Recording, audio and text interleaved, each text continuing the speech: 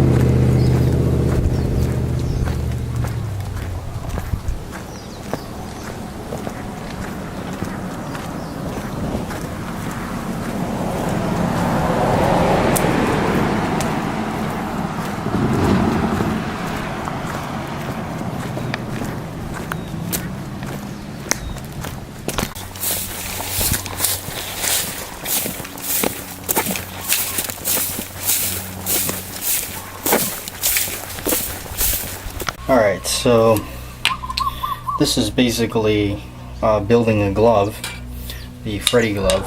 So this is all the stuff that you would need.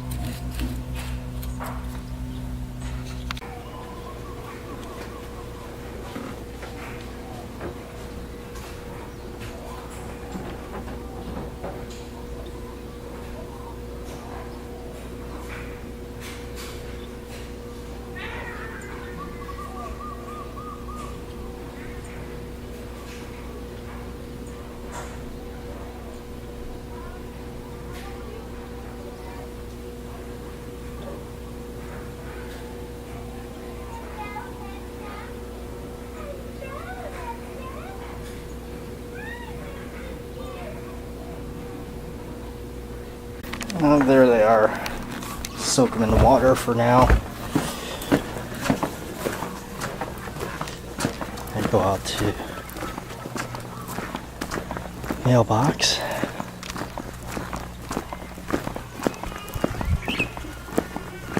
To mail something. I ordered a Rough Rider knife from Amazon. It was really cheap. It was one of those yellow handled ones, like my case knife. So I'm really, I like it. I can't wait to get it. A friend of mine had bought me a Rough Rider knife. It's called a Barlow. I like it a lot, so I wanted to buy something similar to it for me to use. That one that he got me is more sentimental, so I don't really use it or take it out. Here they are.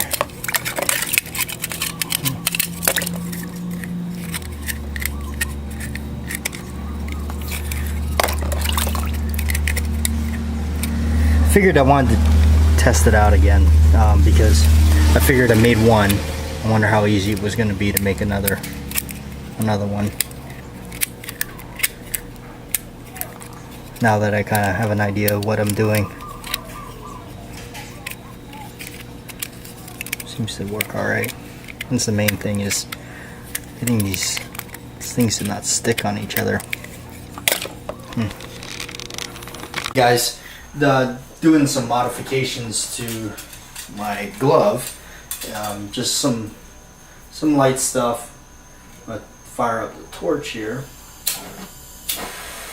because I'm gonna cook some of the paint right here on this the little finger.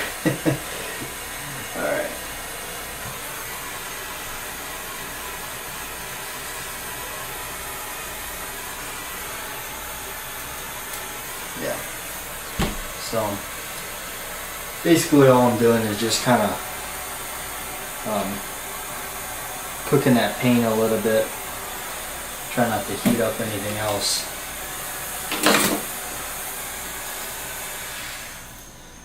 Because I'm just trying to make this thing a little bit more movie accurate for part 4. As I started to kind of venture off into doing this, and as you saw today, here I got to some of the, so I got 2 of the fingers for another build right here, and they seem to work good.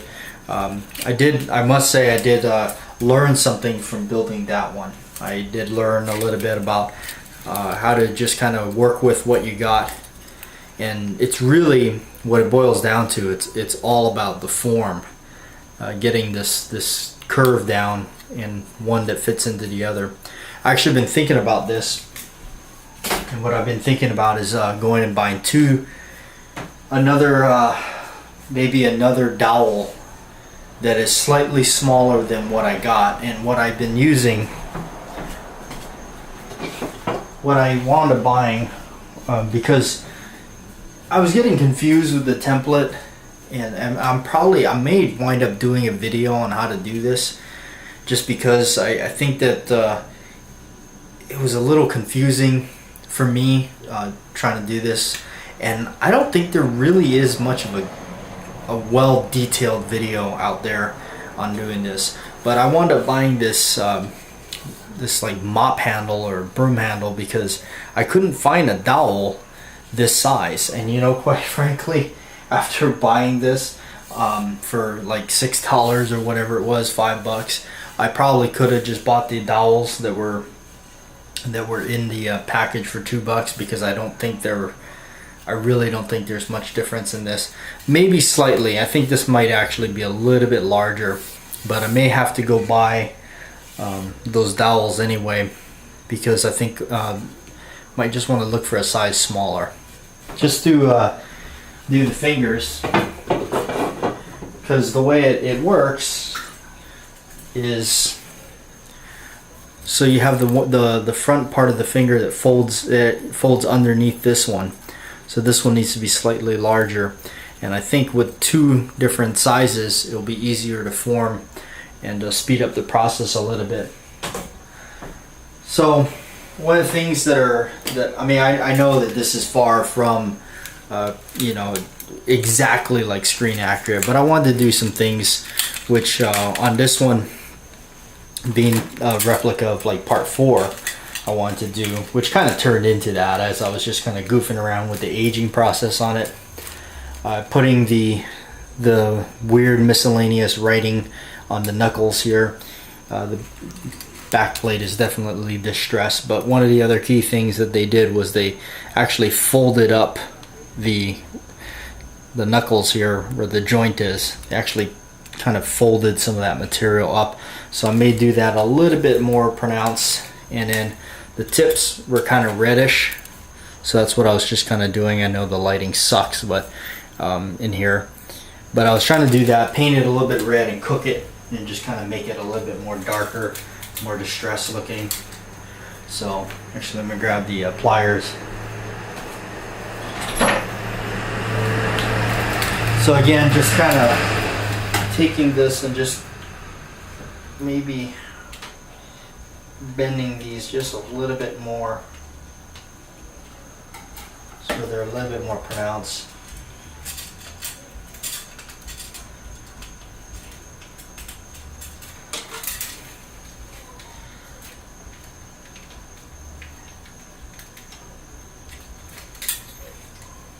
Even on the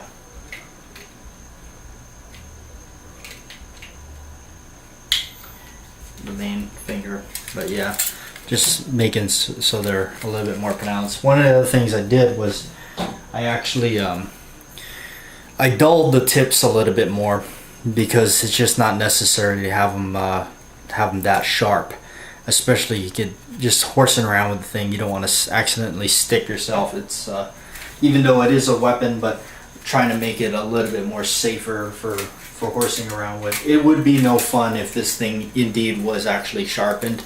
It would be no fun, because then you'd be just cutting yourself, cutting things you don't want to cut just because you want to horse around with the thing.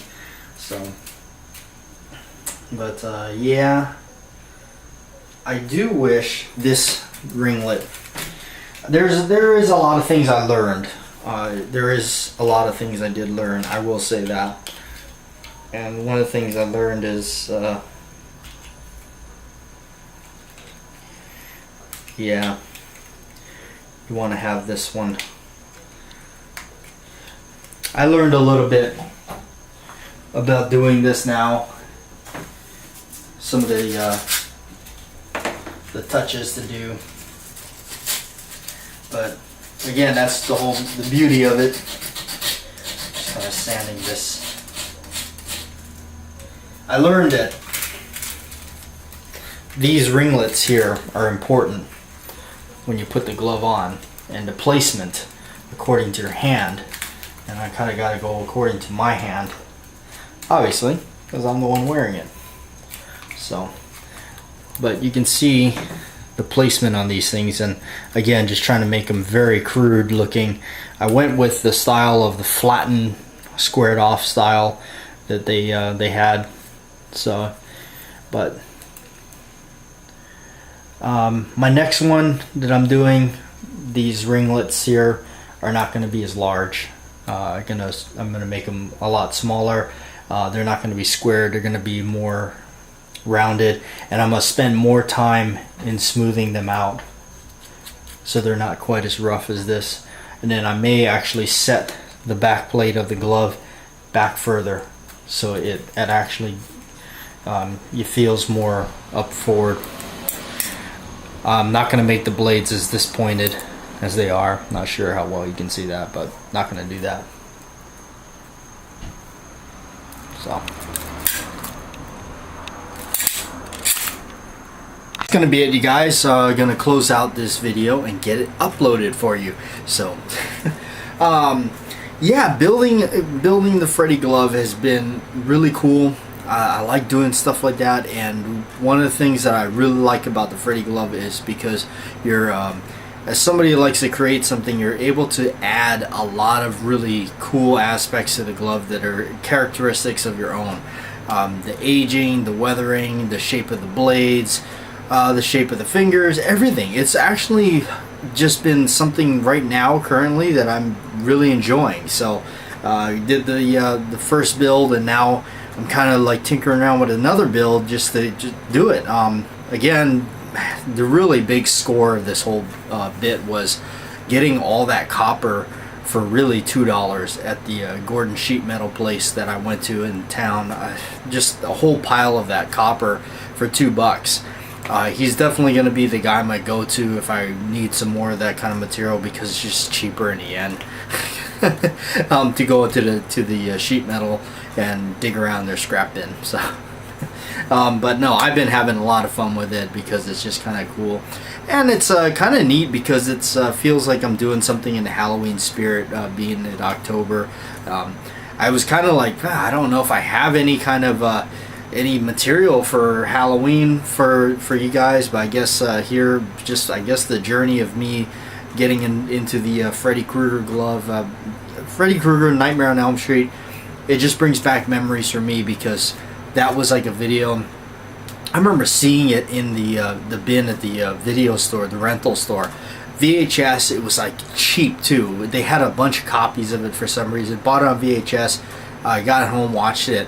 I was like, wow, this is really cool. I remember seeing the box for part 2, and it was weird because it looked like there was like tears going down it, but that was just the way the cover art was, and it was really just this crude, like almost cartoony look of Freddy Krueger, and his hand was coming around through the side and gripping the box, and you could see his claw and everything. That's the cover I remember, and just wanting to rent that and seeing like the cover art. That, to me, during that time, renting VHS tapes and seeing the VHS tapes, the cover art was really what stood out a lot of times. Yeah, I remember even going down to the Blockbuster and seeing the Alamo with John Wayne, the tape, the Alamo, and I remember at the time I didn't own the movie. I wanted to buy it, but Blockbuster obviously that's their rental copy. They're not going to sell it, but I always liked, even when I was collecting VHS tapes, I always liked the older cover art on that box. So whenever I bought my copy of VHS somewhere, wherever I could go to, I guess during this time I really wasn't had no clue whatsoever about ordering online. I don't know if you could order online during this time. You pretty much had to go to like wherever it was and see if they could special order the video for you. I remember a couple cases I actually my dad went on eBay to find them. I think I bought my first copy of the Kelly's Heroes with Clint Eastwood, and I remember that VHS tape was like literally like this big clamshell cover. It was really cool. I loved it, and I always loved the older cover art. So for me, that's where it is. It's just me and that connection of that old school stuff. That's just where it something about it, and it's kind of like this memory and my childhood. That's kind of where it was. So again, horror movies, it just really was like Friday the 13th, all these things with the cover art. That's what really intrigued me as a little kid, was the cover art. And then my dad and my mom too, they did not deprive me of like saying, oh, you can't watch this. My dad would sit there and watch Friday the 13th with me, and he would just be like, oh, hey, that's what he's into. I remember watching Phantasm.